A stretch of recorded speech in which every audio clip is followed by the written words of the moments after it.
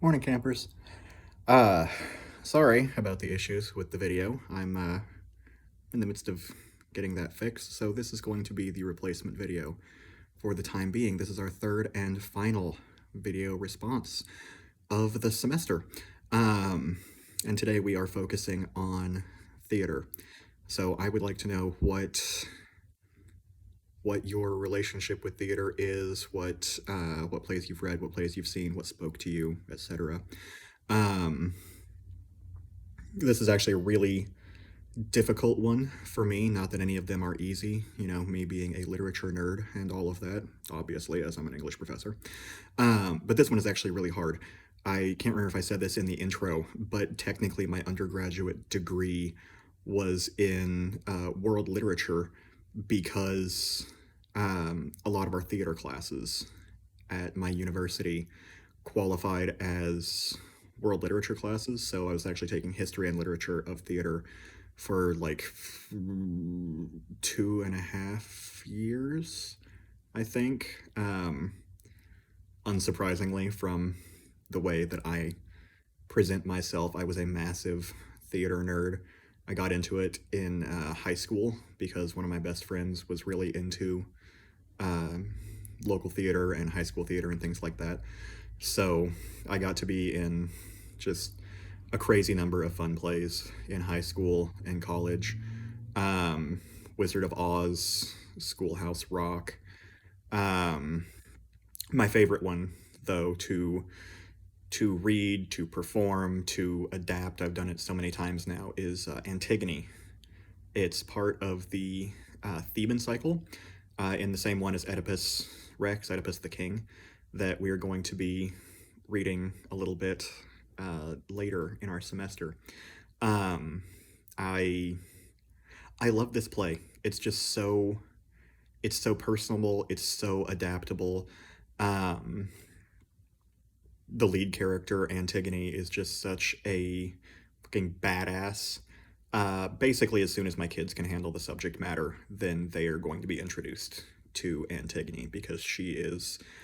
I'm not going to say the original girl boss because that probably goes to Gilgamesh's mom. But she is just amazing, and she stands up against an unjust system that is prioritizing the will of man over, they say, the will of the gods, but what they really mean is true justice. Um, and it's just such an amazing one, and I've worked with it so many different ways. I've written on it multiple times. I got to do a couple of adaptations of it for my classes in college. Um, my favorite of which was setting it in the Old West. Um, it was kind of like a Romeo plus Juliet Baz Luhrmann thing where I kept as much of the original text as I could, um, and just adapted the the setting and the characters to that time frame.